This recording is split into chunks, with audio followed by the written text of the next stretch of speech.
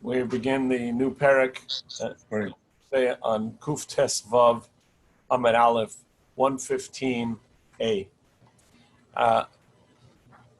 The Gemara, the Mishnah is going to tell us, Chazal were concerned that if somebody has a fire in their own house or in their own courtyard, that they will attempt to put it out, which is extinguishing and a malacha d'oraisa of extinguishing. And even though that in order for it to be a malacha d'oraisa, a Torah prohibition, it would have to be that there's a benefit of the outcome, according to Rabbi Shimon, who says that malacha tzricha l'gufa, ein tzricha l'gufa is pater. Nevertheless, there's usually some benefit in retaining that which was burnt, or there's some things that could be so. In any case, Chazal, it is definitely prohibited to extinguish a fire on Shabbos unless it's in a way or in a manner that is dangerous, that eventually could cause loss of death, as the halacha is. And when people live in a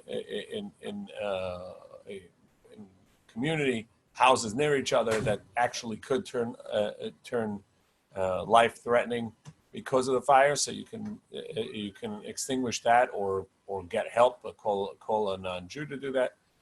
But if a person was allowed to extinguish a fire in his own place, eventually, save things from there, he would extinguish the fire.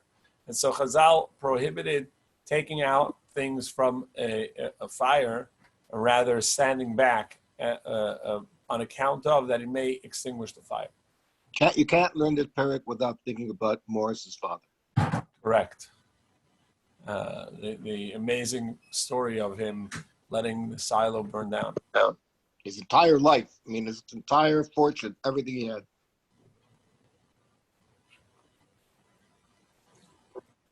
And his commitment to paying that back.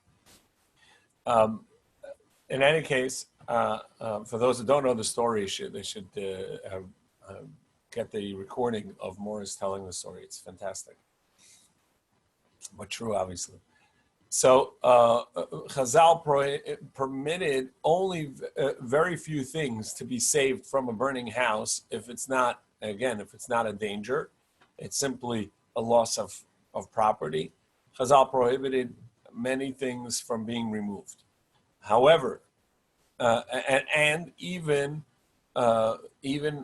Sifrei Kodesh, holy written things are going to be prohibited as well, unless, as we'll see, it is a properly written Tanakh, a Torah, Nevi'im, Ksuvim. But other things in general would not be permitted to be carried out. And again, we're talking about if you're carrying it out into an Eruv, that would be okay. But if you're carrying it into a non-Eruv courtyard, which is again a rabbinic prohibition, it's a darabanan. Yet Chazal prohibited it, but they permitted certain things, and that's what we're going to see. Kol Kisvei HaKodesh, all holy writings, that you're allowed to save them from a fire, and this is Torah, Nevi'im, Ksuvim, and not only Torah, but also Nevi'im and Ksuvim. However, not other vessels, not other Svarim. Regardless of if it's written in a manner that you're allowed to read from them or not. And the Gemara is going to explain. Even if they are written in any language. Is that an explanation of what you can save or an explanation of what you can't read? In any case, to unim geniza, they require geniza. Again, is that the Gemara is going to try to understand the continuation here, where the commas are, and in this line. To unim geniza, they require geniza. They're required to be respectfully put aside. Is that even if you can't read them? Is that if it's written in other languages? What's going on? In any case, why you're not allowed to read them? Because of Bittul Beis HaMedrash, Rashi explains that on Shabbos, people that would work all week they would come to the Beis Medrash to learn. There was teaching for them on Shabbos, and if they would read these Sfarim, then they would actually avoid coming to shul to learn on Shabbos, and so they wouldn't read them. Itmes always said, if they were written in a translation or in any other language, so the translation would be in Aramaic. So Rav Huna Amar, so then you can't save them from the fire. So if it was a Aramaic written Torah, so a translation of the Torah, the Targum of Onkelos even, or if it was written in any other language. However, Rabbi Chisda says you do save them from a fire, even though they're a translation. I'll leave it a man. So whose opinion is this? In the Gemara in Megillah, has a machlokes of whether Torah can be written in any language or may only be written in Greek. So I'll leave it a man. We will get into the basis of the machlokes, which is obviously the explanation of the Gemara there, but the concept is that the Torah can only be written in Greek and not other languages, or the Torah can be written in any language. So I'll leave it a man.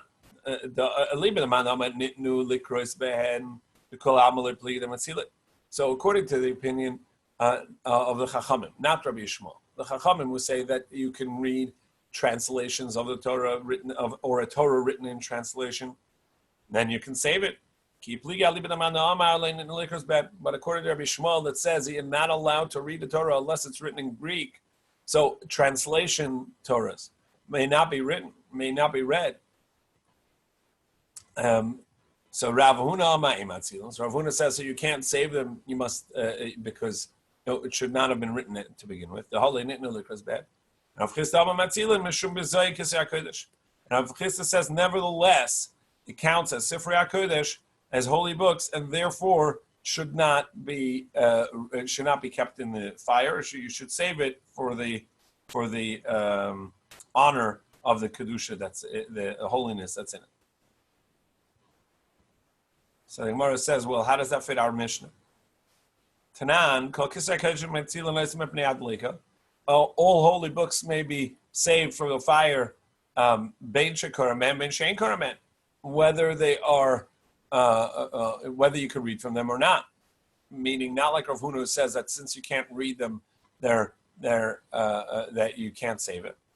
And it says Alpha Pi Sheksuv B'Chaloshin, and the Alpha Pi is a clause there, even though that written in all languages, which tells us that seemingly you save them, even though they're not made to be written and not made to be read because they're written in any language.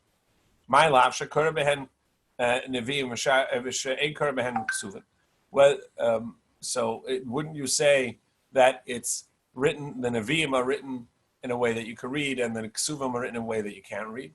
Rashi brings two opinions from his teachers and from himself whether or not there's a distinction between Nevi'im being allowed to be written in any language, the prophets, but not Ksuvim, not the writings, or both of them, according to Rabbi Shmuel, may not be written in any other language. Either way,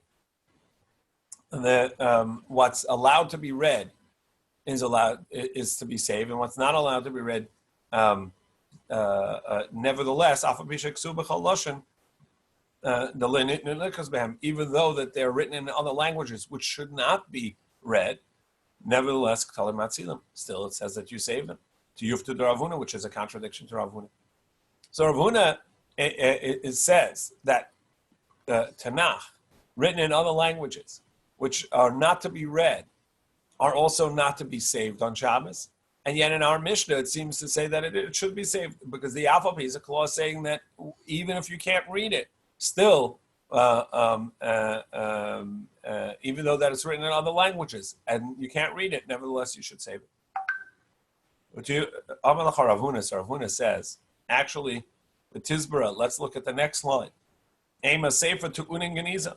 The next line says that you have to set them aside. You have to do Geniza to them. You have to respect them as Sifrei HaKodesh. If you're supposed to save them, you have to tell me that it needs Geniza. If on Shabbos you're allowed to you're allowed to set aside an isser in order to save these writings. For sure, if they're not in danger, you also have to respect them.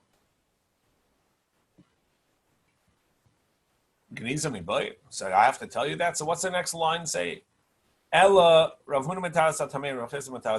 the Mishnah needs some context because the way it's written is shorthand and doesn't have a full explanation. So Rav Chisda, Rav Huna, each are going to explain the Mishnah in their way. Rav Huna explains it according to his opinion, and here's the way you read it. Regardless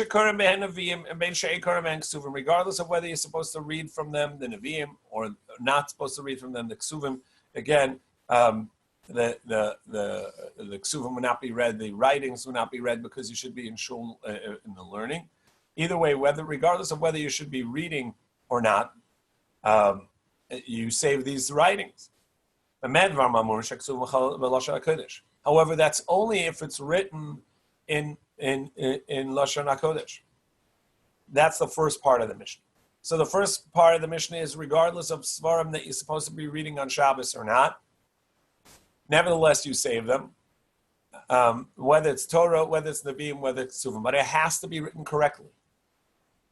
That now the Mishnah changes its context and says, and now that we mentioned that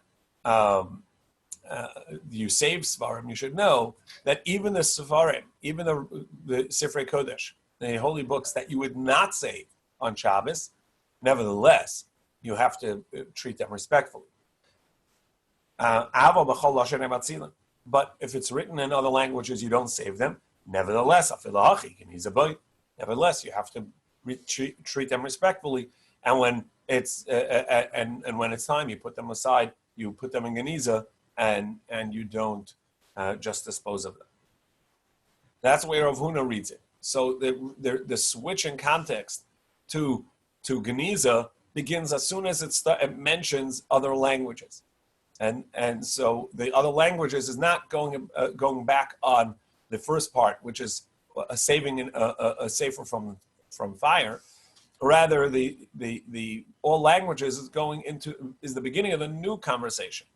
So the Mishnah is having two conversations, as it says. It's having conversation about just in general the respect to Svarim that are no longer in use, that they are not just disposed of, but rather they put in Geniza, they put into what we call Shemus.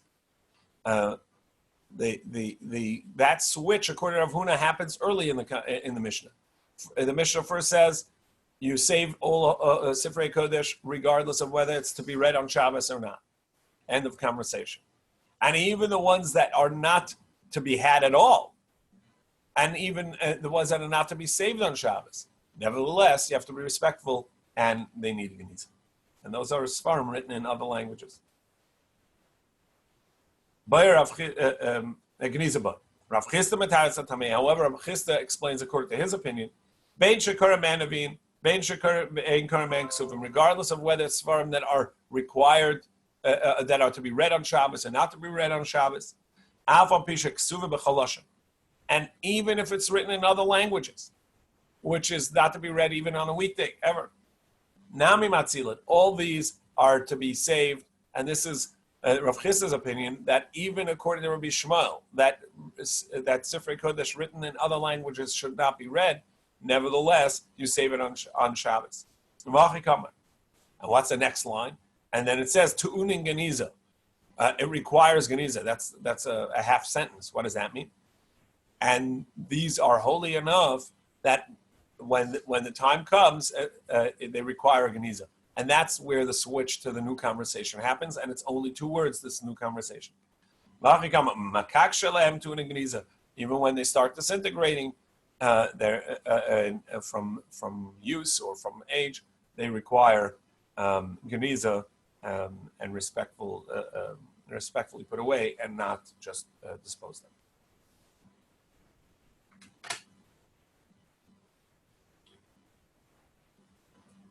So we're going to ask a contradiction to Rav Huna, who says that according to Rabbi Shmuel, that Svarim are not allowed to be written in other languages, that they require to Targum, that they require Geniza.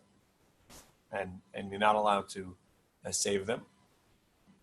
By Iksuvim Targum, the Brisa says, if they're written in other languages, or in any language, you're allowed to save them from the fire. So that's a contradiction to Rav Huna. Well, this is the opinion of the Chachamim, not Rabbi Yishmael.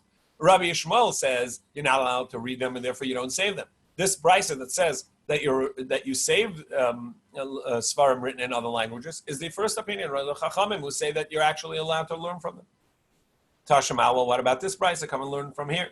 Vayiksuvin giptit madis ivris ilmis ivanis. It was written in Coptic or Egyptian, in Madai, Mead, Ivris, either a different Hebrew or Aver Hanar, another language, Ilmis, Yavanis, Greek. So these are other languages, and even though they're not allowed to be read, so clearly this is Rabbi Yishmael, who says that you're not allowed to read them in other languages. And nevertheless, you're allowed to save them from a fire. So that's a contradiction to Rav Huna. Rav Huna was saying anything that you're not allowed to, that's written in the language you're not allowed to read, may not be saved. And here it's clear that you're not allowed to read it. It's written in Coptic or whatever, and yet you're allowed to read it. You're supposed to save it, even though you're not allowed to read it. You're supposed to save it. So that's a contradiction to Rav Huna. Indeed, this matter is a machlokas in the Tanaim, a machlokas in the Brises. The Tanaim we learned, if it was written in translation, or in, which would be Aramaic translation, or in any language, you can save them from the fire. And Rabbi Yossi says you may not save them from a fire because they're not supposed to be written in another language. Amar Rabbi Yossi further said, to bring home his point that they're not supposed to be written in other languages, Amar Rabbi Yossi said, Ma'aseh ba'Abba Chalafta, a story with my father Chalafta. It's an interesting note that he called his father by his first name, by just giving him the title Abba, and then called him Chalafta. Ma'aseh ba'Abba Chalafta, shehalach etzel Rabbi Gamliel beRebbi L'Tveria. He went to Rabbi Gamliel, beRebbi, the great Rabbi Gamliel, to Tveria.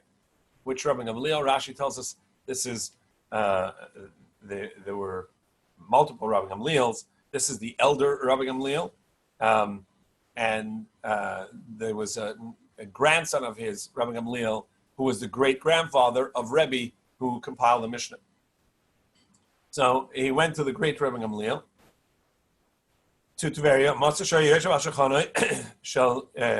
Yosef ben Nazuf. He was sitting at the table of Yochanan, either Yochanan Nazuf or Ben Nazuf, whether this is a Christian personality is unclear. And in any case, he was by Yochanan Nazuf. And he had a book of Eov, of Job, of Eov translated in Aramaic. It didn't have the Hebrew, it was just a translation. And he was reading in it. I remember Rabbi Gamliel, your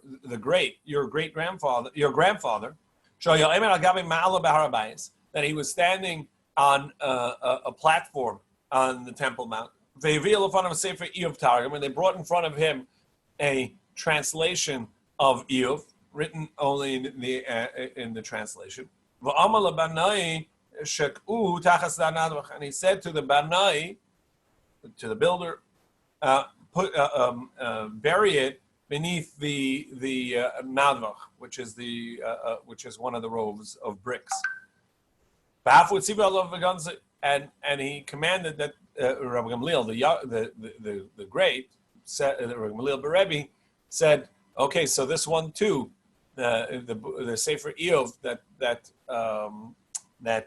was on the table of Yochanan Nazuf also needs to be buried, and it was put aside. It was no longer in use. Rabbi Yehuda says, no, the story wasn't that way. Actually, the story was that they buried it in cement at that moment, and not in cement, in clay, in mud. They poured a reva of tit, a bucket of mud on top of it. Rebbe said, no, that cannot be. Two challenges to that. That can't be the way the story went down. Why would they have tit on Harabayis? They didn't build with tit. They built with a sand, like a sand-based cement, not just earth and water, which is a mud-based clay. Even though it requires to be buried or to be put in Geniza, but you can't destroy it. Pouring mud over it is destroying it by hand. Rather,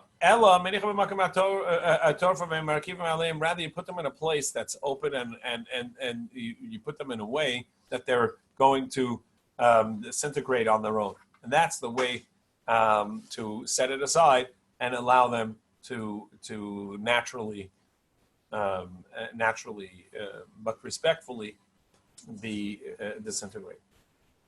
So we're going to turn the page to Kuf Tesvav on base 115b.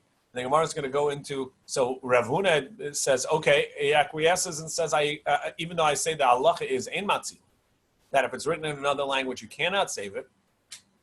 According to Rabbi Shmuel, that says you're not allowed to read from it. You can't save them either on Shabbos.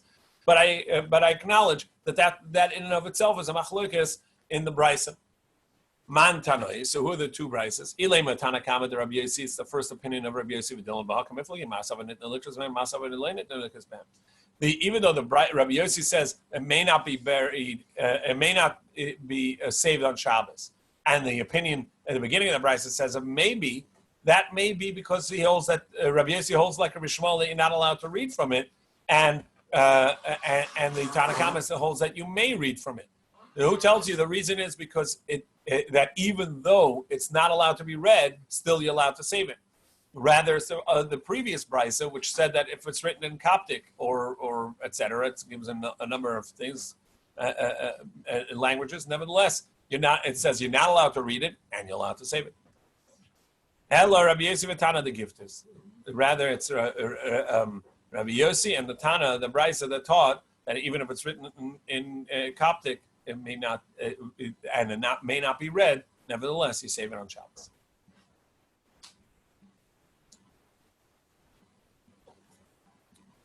Okay, so up until now we were talking about Tanakh, Torah, Nevi'im, Kesuvim, written in properly or written perhaps improperly in a translation form. What about if other holy writings, but they're not Tanakh itself? Say Tanakh Banan HaBrachos, what we may call a siddur or a bencher. Writings that wrote down the specific languages of each bracha. So it has Hashem's name in it, and it's Dvarim Shebekadusha. It has manners of holiness, but it isn't the Tanakh itself. Vakamein, or amulets, which have psukim in there. So it has a pasuk. It says, "Like Tiram Pachad Leila, Mechetzel Yomam." It says a pasuk of don't be afraid at night, and it's an amulet for somebody who has a difficulty sleeping out of anxiety at night, or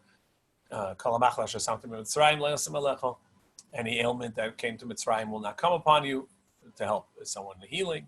Whatever the Kameh is for, it has Pesukim. So even though it has letters of Hashem's name, many manners of Torah, they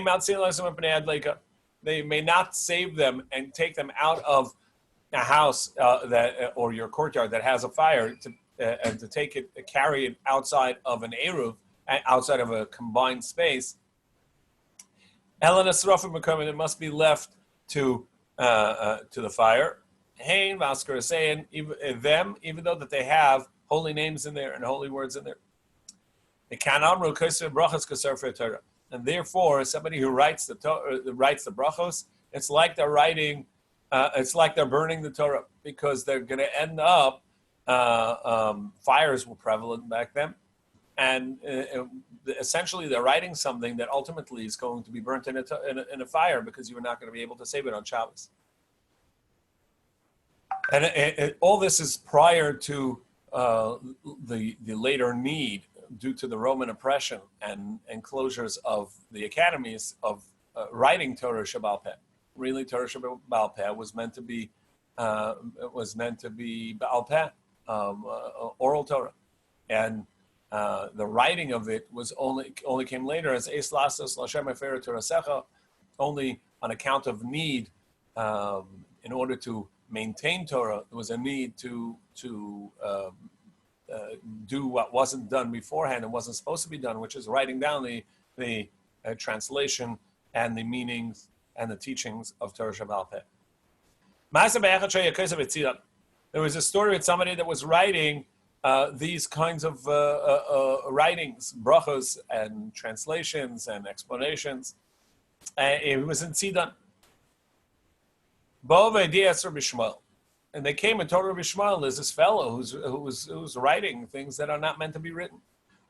Rabbi Shmuel went to check out who this fellow is and see what's going on, and to tell him, look, you're creating writings that eventually could end up being burned, and it has Hashem's name in it. So it's not all that. He was going to tell him his concerns about what eventually may happen to these writings. This fellow was on a ladder or going up a ladder when he noticed that Rabbi Shmuel was coming. So what did he do? Natal Tumas Shel Brachos. He took an entire volume, a tome of a book of brachos, and dumped it into a bucket of water, so that the ink will smudge, and so that you wouldn't be legible this way. He would not be caught, as it were, having written this. Rabbi Shmuel told him in this language, here's your mistake, sir. Gadol einish ha'achron min harishan. The second action you did, and therefore the punishment for that, is worse than the first. Because in the first act, what you did in the writing itself wasn't dangerous. It was just that there was a potential of it getting burnt by itself in a fire, because you couldn't save it on Shabbos, and you wouldn't save it, and therefore would get burnt. And by itself, the names of Hashem or the holy writings would be lost. But here you by hand took all of these writings and erased them and smudged them and lost the writings on account of your action. So what you did now was not potential loss, but actual loss, and not by itself or as a result of passive action, or inaction, but on a direct action of yours. So obviously this is worse. The Reish Galusa asked Rabbi Baravuna,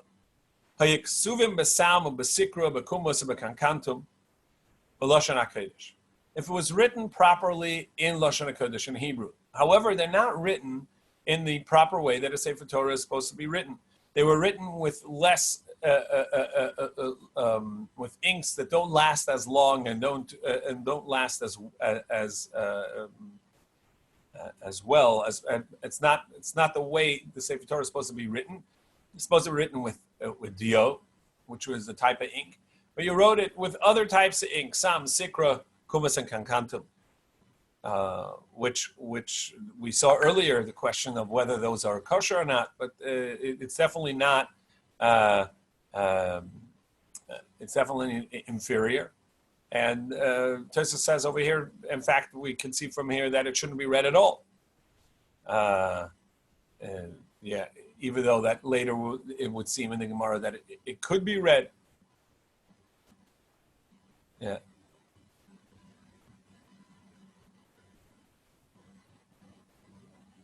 Right. So the Tues has a lengthy discussion: is Megillah or others can be written with these other inks or not, whether they're allowed to be read or not, but definitely inferior and not the best way of writing the Sifrei Kodesh, Torah and Nevi'im. So since it's written in this inferior and perhaps inappropriate way, should they be saved or not? The Gemara says, so you should ask according to according to Rav Chisda, who says that svarim that are written in other languages that should not be read. Nevertheless, you save it.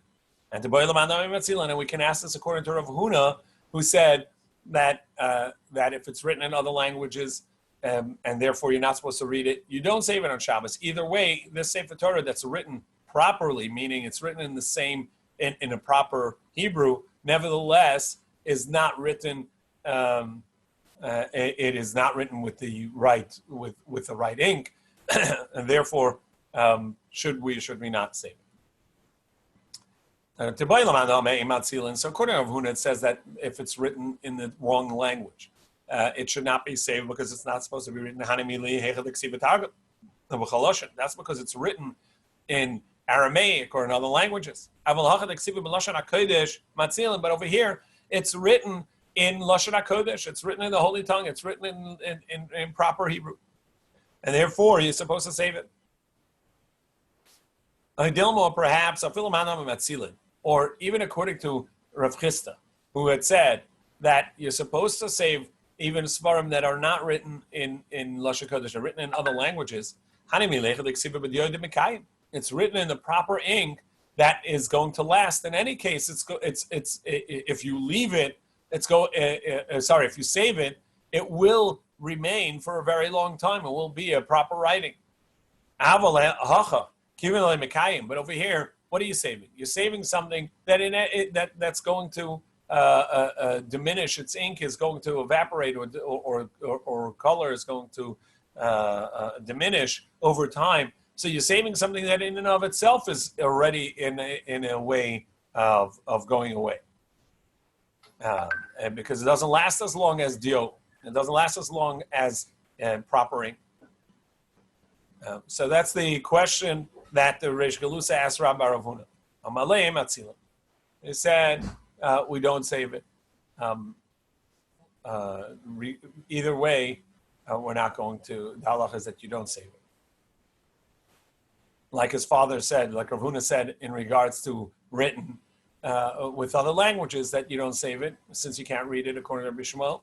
So too over here, I don't know if it's the same reasoning, but so too over here, the halacha is that you're not going to save it on account of that it's not written in a manner that lasts.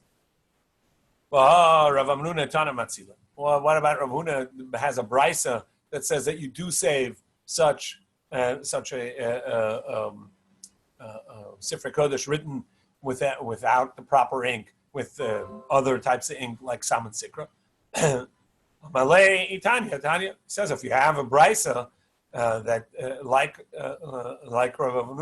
that you do save it, so that's a tradition. I didn't have that teaching, but if you have that, that's fine. My Tanya, what is this brisa that Rav Nuna had? Rav Ashi Kedatani, we learned in this brisa. Ein bein svarim lemegillah. There is no distinction between all the rest of the Sifrei HaKodesh, and the Chavdalet Svarim, Torah, Bereishis, Shemos, Vayikra, Bamidbar Dvarim, Yeshua, Shoftim, the rest of the Nevi'im, Kesuvim. There's no distinction between them. Elosh Asvarim Nechtachem B'chol Lashon. Rather, only in these areas, that all other Svarim may be written in any language. Megillah actually takes Suva Ashuris. However, the Megillah must be written Ashuris. So in the Bryce over there in Chagiga and elsewhere, there's a distinction of what does it mean B'chol Lashon? It's written in any language. The characters are in any language, but it's a transliteration of Hebrew. So you would write, let's say, in our English language characters, but you would write a transliteration, veracious, V-E-R, etc. Is that what it means? Or it's written in Hebrew characters, but in English? So you're writing in the beginning, so Aleph Yud Nun, in the beginning. And so that could be the meaning of other languages, or it could actually be English in English characters. So the three, but from the context, it says Megillah actually Ksuva Ashuris. Megillah must be written in Assyrian. That's the font. That's the characters that are written. So it means that it seems to say that it's written in other languages, meaning in other fonts and other characters. Megillah must be written Ashuris. Ala Sefer has to be written on a Sefer, meaning on a proper scroll. And it has to be written with this proper ink, which tells us that Brisa tells us that only Megillah has to be written with Diyoy, but Sifrei Torah may actually be written with Sam and Sikra and Kankantum, etc., and those would still be valid, which was the basis, as we mentioned before. Tessa saying that it seems like it is kosher to have a Sefer Torah written, or at least you can learn from a Sefer Torah written in another language and with other type of ink. Rav Huna Bar Chala Mer Nachman. Sefer Torah she'em boi lelaket shmonim v'chamesh oisius. If a Sefer Torah has been diminished to such a degree that you don't have 85 letters that are still intact, it has diminished. Either some of the scroll itself is disintegrating, or the letters are being lost, and now you don't have enough letters that are legible left from the entire Sefer Torah. Besides you can't even have 85 letters. Now, why is 85 letters a number? Where does that number come from? Because the smallest parsha we have is Vahiben Sa'aron. And a few weeks ago we learned this, and it has a special marking beginning before and after to tell you this is a special parsha. It has the nun upside down or inverted nun before and after the parsha. So Vahiben Sa'ara has 85 letters. Those 85 letters are representative of the smallest parsha. So if you can collect 85 letters, meaning throughout the whole Torah, you have 85 letters that are legible, so then it still has the Kedusha of the Sefer Torah, and we have to treat it as such. But if it doesn't even have 85 letters that are legible, what's the halacha with it? Are we required to save it from a fire or not? Or do we say it's diminished to a degree that it no longer has Kedusha Sefer Torah, and therefore you don't save it? Why are you asking me about 85 letters throughout the Torah? Well, this parsha itself, if all you had was Vahiben Sa'aron, would you have to save it? So the Gemara says, if it's missing in Vahiben Sa'aron, that's not a question, because Vahiben Sa'aron itself, even though it has 85 letters and it's missing one, so it's going to be less than 85, but the parsha itself has Hashem's name in it. Nekiva de Isbe Askaras, it has Hashem's name, and it was written with the proper intent of Hashem's name. For sure you have to save it, even if it doesn't have the 85 letters. My question was in regards to Sefer Torah Shem Balilake, where you have just letters scattered throughout the Torah that are still legible and still salvaged, but nevertheless, it's not enough. You don't have a total of 85. When they're talking about the by Ibn Soya, so we saw. I think we even saw before that there's mandama, that it's a separate sefer. There's seven books of Moses, so to speak, and that's one of the seven. So is this going according to the idea that you could save a whole sefer? I mean, it's talking about it as if even 85 letters, but really we're talking about Ibn Soya is a sefer that could have a different din than just 85 random consecutive letters. No, what he's saying is his point about Vahiben Sa'aron is even if it's missing from the 85 letters of this parsha because it has less letters, meaning some of the letters are diminished there. Nevertheless, you would save it because it has Hashem's name in there.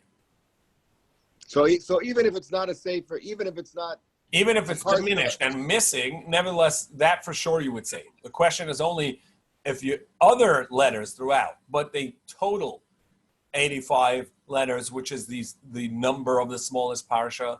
So then everybody agrees you would save it. The question is, if it doesn't even total 85, would we still save the Sefer Torah from the fire or not?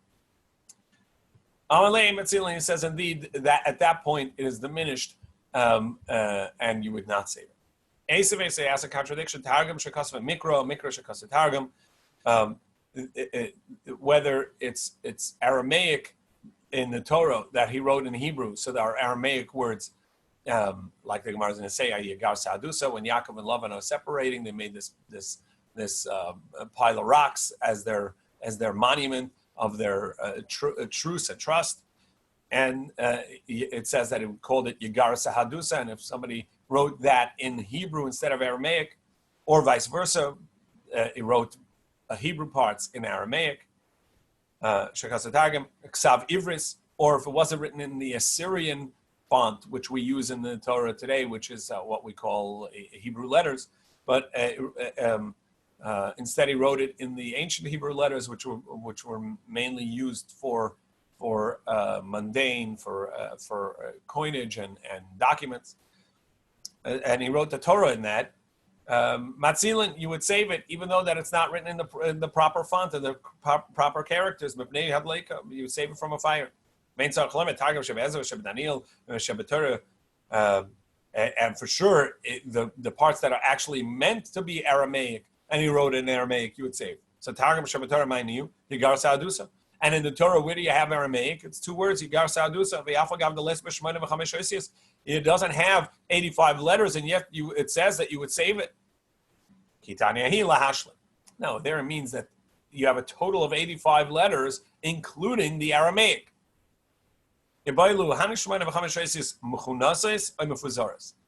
we talking about 85 letters, but they're from one context, they're next to each other, or is it spread out throughout the Torah? Rav Huna says they have to be somewhere combined. And Rav Chisda, even if they're totally spread out. So we have a contradiction to that. Sefer Torah Shabbat, Sefer Torah that disintegrated. If you have enough to collect 85 letters, then you would, it's like the Parsha Ibn Sar, and so therefore you would save it. If not, you wouldn't save it from a fire on Shabbos. Yufta Rav Huna, again a contradiction to Rav Huna. Tergam Rav Chisda li Rav Huna, so Rav Chisda, who disagreed with Rav Huna, nevertheless explained, no, this is not really a contradiction to Rav Huna, and he answered for Rav Huna, B'tevos. Maybe what it means is, it doesn't have to be the entire 85 letters together, but you have enough together to have some words which would make it enough of a kedusha to maintain it. And it's interesting that Rashi says that a Sefer Torah that does not have 85 letters, or rather, if it still has 85 letters, it retains its kedusha, it retains enough of its holiness.